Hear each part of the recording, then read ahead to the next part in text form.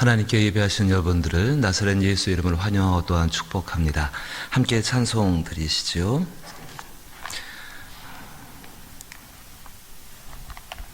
찬송가 337장입니다. 337장. 토요일에 있을 임직식을 위해서 강단을 앞으로 조금 변경하였습니다. 337장입니다. 내 모든 시험 무거운 짐을.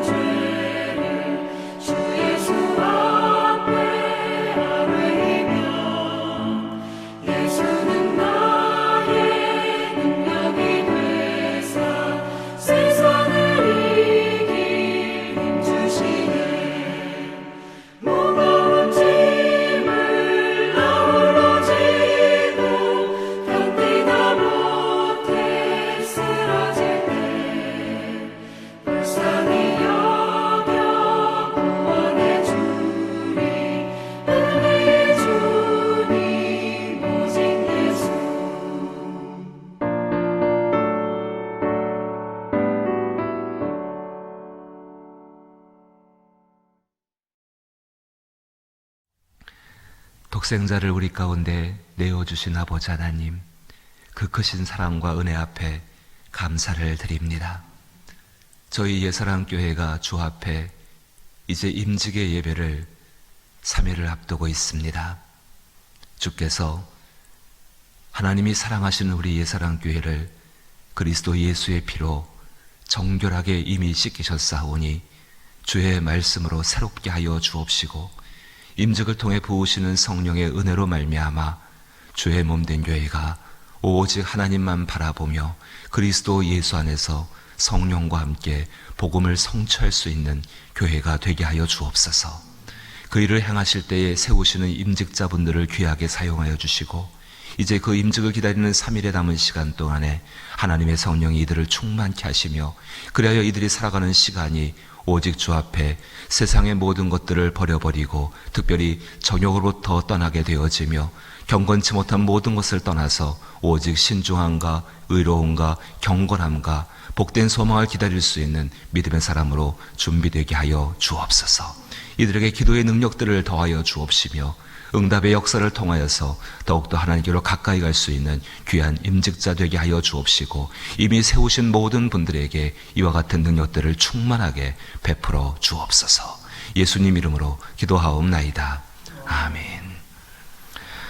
오늘 함께 대하실 말씀은 사무엘상 30장 말씀입니다. 사무엘상 30장 1절로부터 6절 말씀입니다. 사무엘상 30장 1절로부터 6절에 구약성경 459면에 해당하였고 사무엘상 30장 1절로부터 6절 말씀 한 절씩 번갈아 읽어보죠. 제가 먼저 1절을 읽습니다. 다윗과 그의 사람들이 사흘 만에 시글락에 이른 때에 아말렉 사람들이 이미 네겝과 시글락을 침노하였는데 그들이 시글락을 쳐서 불사르고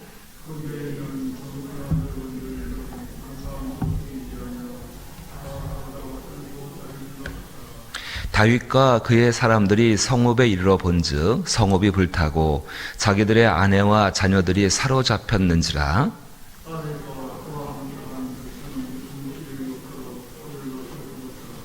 다윗의 두 아내 이스라엘 여인 아히노암과 갈멜 사람 나발의 아내였던 아비가일도 사로잡혔더라.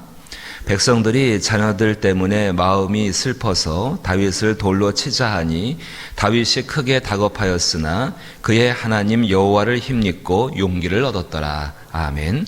사무엘상 30장은 우리가 많이 읽지 않고 알려지지 않아서 그렇지 성경 가운데 특별히 다윗의 일생과 이스라엘이라는 그 나라를 생각하고 그 나라의 모형이 되어지게 되는 교회를 생각할 때 가장 중요한 장 중에 한 장입니다. 사무엘상 30장 2장 사랑하는 성도 여러분, 이 장을 여러분 몇 번을 읽으시고 그 사건마다 한번 깊이 묵상을 해보시는 또 그런 귀한 기회가 있었으면 참 좋겠습니다. 얼마나 중요한가. 우리는 다윗에 대해서 기억할 때에 골리앗을 죽인 다윗이다라고만 알고 있습니다. 그런데 이제 사무엘 15장부터 시작해서 쭉 살펴보시면서 골리앗을 죽인 그 다윗의 그 행동 한 가지가 그를 왕으로 만든 것은 아닙니다. 물론 대단한 승리였습니다. 다윗과 같이 어린 소년이 그 큰 그 용사인 골리앗을 넘어뜨린다. 굉장히 멋지고 굉장히 뛰어난 일이면 틀림없습니다.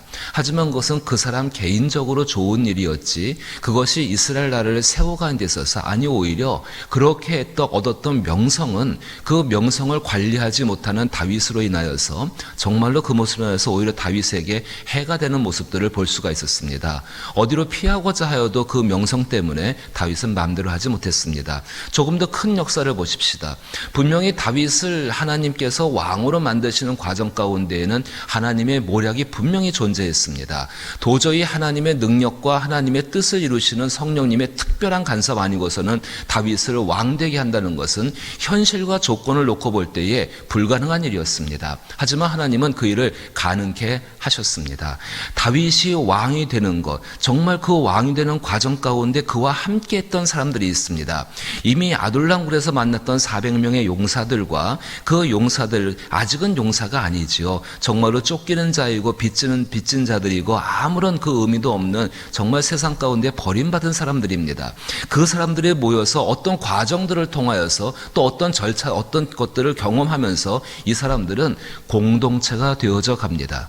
공동체 가운데에 자기를 주장하는 것을 버려버리고 함께 공유하고 함께 나누며 함께 무엇인가를 이루고자 하는 하나됨의 모습들을 경험케 되어집니다. 그로 말미암아 이제 사무엘상 30장 이후에 나오게 되어지는 하나님 나라 이스라엘이 세워지게 되는 그 과정들을 이제 하나하나씩 또 경험케 되어지고 그로 말미암아서 이제 그 살렘 성이죠. 예루살렘 성이 있는 그 예루살렘 성을 시온산을 점령하고 거기에 이제 성읍의 기초를 닦게 되어지고 그 왕국이 세워지는 과정들을 겪어 나가게 됩니다. 됩니다. 아주 단적인 예를 보시게 되면은 30장을 지나서 31장부터 시작되는 사건이 무슨 사건이냐 하면은 사울이 죽습니다. 다윗이 사울을 죽이는 것이 아니라, 이스라엘 군대가 사울을 죽이는 것이 아니라 사울이 정말로 자기가 했던 그 죄에서 회개하지 못하고 돌아오지 못함으로 말미암아 사울이 죽습니다.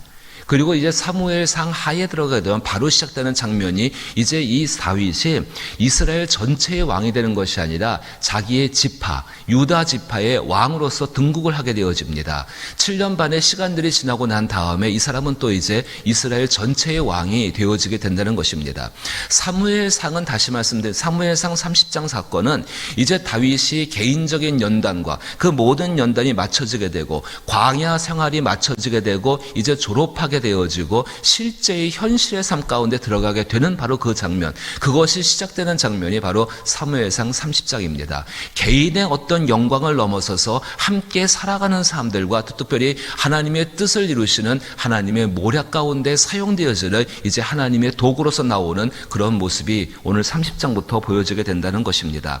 그 첫 번째 시작의 모습이 어떤 모습인가? 그 시작이 이렇습니다. 1절 보시면은 다윗과 그의 사람들이 사흘 만에 시글락에 이른 때에 아말렉 사람들이 이미 네겝과 시글락을 침노하였는데 그들이 시글락을 쳐서 불사르고 라고 나옵니다. 그런 일로 말미암아 2절 말씀 보시니까는 거기에 있는 젊거나 늙은 여인들은 한 사람도 죽지 아니하고 다 사로잡아 끌고 자기 길로 갔더라라고 이야기하고 있습니다. 분명히 앞에서 29장 앞에서 이 다윗은 동족과 싸워야 되는 그 전쟁의 위험 가운데 참 하나님 특별하시죠. 사람들의 심리를 사용하십니다. 거기에 거기에 있는 아기스 왕의 심리, 또 블레셋 방백들의 심리, 사람들의 심리를 하나님이 사용하셔서 아주 기이한 도우심 가운데 동족과 싸워야 되는 다윗과 함께한 사람들의 위험으로부터, 정말 그 불행으로부터, 진짜 불행이지요. 그 불행으로부터 하나님이 아주 기묘한 사랑을 통하여서 건져 주십니다. 건진 이후에 다윗은 이제 그 기회를 붙들고서 시글락으로 돌아가게 됩니다. 시글락은 다윗이 이 가드 땅, 이 아기스에게 망명했을 때에 얻은 작은 성읍에 해당합니다. 그 성읍에 돌아갔습니다. 무엇인가 일이 잘 되는 것 같은데 돌아와 보게 되니까는 아말렉 사람들이 침략을 하여서 그 시글락 사람들, 그 시글락에 모여있던 다윗과 함께한 사람들의 남자가 전부 전쟁에 나갔으니까는 남겨진 거는 이제 부녀자들밖에 있지 않았습니다. 그 부녀자들이 있는 곳을 약탈하게 되어지고 모든 것을 다 빼앗아고 불살라 버리는 참혹한 일들이 그 땅 가운데에서 벌어지게 된 것입니다. 가만히 이 사건을 생각해 봅니다. 우리도 얼마든지 이 사건을 생각해 보면서 인생 가운데 만나는 불행이라는 단어를 생각해 볼 수가 있습니다. 근데 이것을 하나님의 모략 속에서 한번 생각해 보십시오. 하나님께서 하나님의 뜻을 이뤄가시는 과정 가운데 이런 일이 일어났다고 생각한다면은 이제 중요한 것 한 가지가 발견되어집니다. 그럼 과연 나는 그런 일을 바라보면서 내가 하나님의 뜻 가운데 있었느냐, 아니면 하나님의 뜻 가운데 벗어나 있었느냐? 하나님의 뜻 가운데 벗어나 있었다고 한다면은요, 인생 가운데에서 만나는 재앙에 이를 수 있을 것이고, 혹은 세옹지마라고 그렇게 우리가 치부할 수도 있을 것입니다. 하지만 하나님의 뜻 가운데 있다 한다면은 굉장히 중요한 한 가지를 생각해 보아야 합니다. 하나님의 뜻이 이루어지게 해서 하나님이 우리 사람들에게 과연 무엇을 원하시는가? 다른 것이 아니죠. 순종을 원하십니다. 그리스도 예수께서 죄에 대한, 사망에 대한 권세를 깨시기 위해서 하나님이 베푸신 가장 중요한 모략 중에 모략인데, 그 모략을 이루시기 위해서 예수 그리스도께서 십자가에서 순종하심으로 말미암아 그 모략을 이루신 것처럼 우리도 하나님의 뜻 가운데 순종을 생각해 볼 수밖에 없다는 것입니다. 아말렉이 등장하게 됩니다. 여러분 한번 댁에서 읽어보십시오. 사무엘상 15장에 먼저 가시게 되면은요, 그 15장에 사울의 불순종이 등장을 하게 됩니다. 하나님께서 모든 것을 준비하시고 가서 싸우라, 그래야만 내가 이 아말렉을 그 땅 가운데서 진멸하겠다라고 약속을 해주셨습니다. 그리고 그 약속의 말씀 가운데 이 사울을 아말렉으로 보내게 됩니다. 근데 그때 15장을 보시게 되면은 이 사울이 순종하지를 않습니다. 순종하지를 않고 자기의 눈에 자기의 마음에 드는 좋은 양이나 소나 전리품을 얻기 위해서 자기의 마음을 따라서 그 일을 행하게 되어집니다. 자기 안에 있는 자기의 욕심을 채우는데 하나님의 일을 사용한 거죠. 불순종이 일어나게 됩니다. 그 불순종, 여기 나오니 아말렉이 만약 그때 이 사울의 손에 의해서 진멸됐다라고 한다면은 이 불순종을, 이 다윗이 이런 불행들을 겪을 필요가 없는 것이죠. 하나님의 모략 속에서 본다면은요, 한 사람 한 사람의 순종을 통하여서 하나님은 그 일을 이루어 가신다는 것입니다. 거꾸로 보게 된다면 이런 것입니다. 만약 우리가 정말로 하나님의 뜻 안에 있고 하나님 안에 머물러 있는 사람들 줄 믿습니다. 그럼 우리 한 사람 한 사람의 순종이 그때는 불편하고 힘들고 어려워 보인다 할지라도, 그것이 내 마음에 들지 않게 생각된다 할지라도 그 한 가지 한 가지의 순종을 통하여서 하나님은 하나님의 놀라운 계획과 하나님의 모략들을 완성시켜 가시고 하나님이 원하시는 가난 선한 목적까지 하나님은 그 일들을 만들어 가시는데 우리의 순종을 사용하신다라는 것입니다. 순종이라는 것, 순종하는 것을 배워나가는 것이 하나님 앞에 양육되어지는 과정이지요. 특별히 디도서 가운데에서는 이 모습을 이렇게 설명합니다. 디도서 2장 11절부터 14절 말씀을 보시면은 모든 사람에게 구원을 주시는 하나님의 은혜가 나타나 우리를 양육하시되 경건하지 않은 것과 이 세상 정욕을 다 버리고 신중함과 의로움과 경건함으로 이 세상을 살고 복스러운 소망과 우리의 크신 하나님 구주 예수 그리스도의 영광이 나타나심을 기다리게 하셨으니 그가 우리를 대신하여 자신을 주심은 모든 불법에서 우리를 속량하시고 우리를 깨끗하게 하사 선한 일을 열심히 하는 자기 백성이 되게 하려 하심이라. 순종할 때 하나님의 일들이 이루어집니다. 그 순종은 분명히 각자 사람마다 다르겠지만은 십자가를 지는 것만큼 무겁고 힘든 일이면은 틀림없을 것입니다. 만약에 사울이 그때 그 순종을 했다고 한다면은 이 다윗의 불행은 일어나지 않았겠지요. 우리도 마찬가지입니다. 오늘 내가 행하는 순종, 이것이 누군가의 불행을 막는 일을 넘어서서 누군가의 행복하게 하는 일이라고 한번 생각해 보십시오. 그럼 오늘 내가 드리는 그 순종이 크고 작은 것의 문제가 아니라 그 한 가지 한 가지를 하나님께서 마치 모자이크에 그림을 맞춰 가시는 것처럼 그 순종을 통해서 이루어 가신다는 사실입니다. 생각을 넓히셔야 합니다. 정말로 내가 하는 모든 신앙의 행위들이 단순히 나 자신과 나에 속한 그 가족들만 것을 위한 것이라고 한다면은 우리는 좁은 범주에서 믿음의 생활을 하고 있는 것입니다. 하나님의 모략을 바라보십시오. 하나님의 계획을 생각해 보십시오. 그것이 다 알지 못하는 일을 할지라도 오늘 내가 드리는 순종을 통하여서 하나님은 그 일을 이뤄갈 것이고 정말로 한 열매를 맺는 나무 가운데 열매가 풍성히 맺혀서 모두가 행복할 수 있는 것처럼 하나님은 그 일을 반드시 이루어 가실 줄로 믿는 것입니다. 두 번째의 모습을 보십시다. 다윗은 이 일 가운데 이렇게 이 일 가운데에서 한 사람의 불순종으로 말미암아서 모든 사람이 고통을 받고 있는 것, 마치 아담의 불순종으로 말미암아서 모든 사람들이 고통을 받고 있는 것 같이 그와는 똑같은 상황 가운데에서 매우 주의할 것이 한 가지 등장합니다. 3절 말씀 보십시오. 다윗과 그의 사람들이 성읍에 이르러 본즉 성읍이 불타고 자기들의 아내와 자녀들이 사로잡혔는지라 다윗과 그와 함께한 백성이 울 기력이 없도록 소리 높여 울더라. 불행으로 인하여서 엄청난 슬픔이 찾아오게 되어집니다. 그 슬픔 가운데 다윗도 들어가 있습니다. 5절 말씀 보니까는 가로로 묶어놨죠. 다윗의 두 아내 이스라엘 여인 아히노암과 갈멜 사람 나발의 아내였던 아비가일도 사로잡혔더라. 불행한 일로 인해서 슬픔이 찾아왔습니다. 그 슬픔은 곧 분노로 바뀌게 되어집니다. 공통된 슬픔을 갖게 되어졌습니다. 거기에 사람들이 적어도 자기의 아내와 자기의 자녀가 납치되어져 간 것, 약탈되어져 갔던 그 불행이 거기에 존재하고 있고 그 가운데에는 다윗도 포함되어 있습니다. 가만히 한번 생각해 보십시오. 지금 다윗도 불행을 겪고 있지 않습니까? 똑같은 아픔을 겪고 있는데 사랑하는 우리 여러 성도 여러분, 그리고 특별히 임직을 하고 또 이미 교회의 임직자로 세워진 분들 한번 잘 보십시오. 이러한 가운데 사람들의 일반적인 심리가 어떻게 되어 있는가? 정말 공통된 슬픔을 갖고 있을 때 그 공통된 슬픔을 한 분노가 차올랐을 때 그 분노를 해결하기 위해서 그 목표점이 어디로 가고 있는가? 다윗을 향하고 있다라는 것입니다. 대중의 분노는 지도자를 향할 수밖에 없습니다. 죄의 모든 분노가 사람들이 죄로 인한 모든 슬픔과 정말 고통들과 그 아픈 것들이 다 어디로 향했습니까? 우리 주 예수 그리스도의 십자가로 향해서 십자가를 지고서 감당하신 것처럼 그렇게 되어질 수밖에 없는 것이 바로 대중들의 심리라는 것입니다. 이 모습을 간과하시면 안 됩니다. 이때 모습 보십시오. 6절 말씀 보니까 그 분노는 6절에 백성들이 자녀들 때문에 마음이 슬퍼서 다윗을 돌로 치자 하니, 다윗에게 돌을 던지는 분노의 행위로서 표현되어 되게 됩니다. 이때 다윗이 자기의 칼을 빼어서 싸우질 않았습니다. 똑같은 진흙탕 싸움에 들어가서 그것 가운데 네가 옳고 내가 틀리다라는 그런 논리로 나가지 아니합니다. 그때 다윗의 모습을 보십시오. 이것이 정말로 몸된 교회의 지도자들, 특별히 임직을 받는 분들, 임직하신 분들, 저를 비롯해서 교회의 지도자들이 정말로 기억할 사항들입니다. 그 밑에 말씀을 보십시오. 다윗이 크게 다급하였으나 그의 하나님 여호와를 힘입고 용기를 얻었더라. 다윗이 크게 다급하였으나 그의 하나님 여호와를 힘입고 용기를 얻었더라. 세상 가운데 얼마든지 지도자가 될 수 있습니다.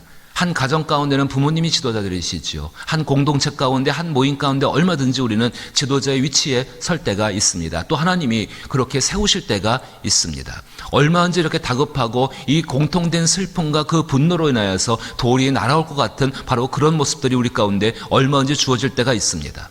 똑같이 싸우는 것이 아니라, 똑같이 진흙탕에 뒹구는 것이 아니라, 거기서 오직 하나님을 바라보고 마음이 다급하고 힘들었을 때에 그 하나님이 힘입어서 하나님께 마음을 두고 정말로 하나님께 마음의 용기를 얻을 수 있는 그 모습, 바로 그 사람이 그 공동체를 온전하게 이끌어갈 수 있고 그 공동체에서 하나님의 능력들을 나타나게 하는 줄로 아는 것입니다.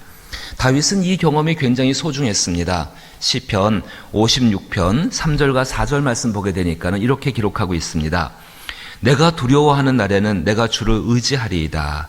내가 하나님을 의지하고 그 말씀을 찬송하올지라. 내가 하나님을 의지하였은즉 두려워하지 아니하리니 혈육을 가진 사람들이 내게 어찌하리이까. 이 담대함이 우리 가운데 있기를 축복합니다. 그리스도인들은 필연적으로 세상 가운데 지도자가 될 수밖에 없습니다. 믿지 않는 분들의 영과 믿는 분들의 영은 완전히 차원이 다르기 때문에 그러합니다. 세상을 이끌어가는 것은 세상의 권세와 세상의 재력들이 아니라 세상의 힘들이 아니요 영적인 것으로 이끌림 받게 되어집니다. 그리스도인들은 거듭난 사람들의 영입니다. 당신들이 속해 있는 곳이 작은 모임든 간에 큰 모임든 간에 이런 일들이 생겼을 때에 이 말씀을 기억하십시오. 이것은 다윗과 이제 다윗 나라의 또 지도자들이 될 많은 사람들에게 너무나도 소중하고 너무나도 중요한 사실이었습니다.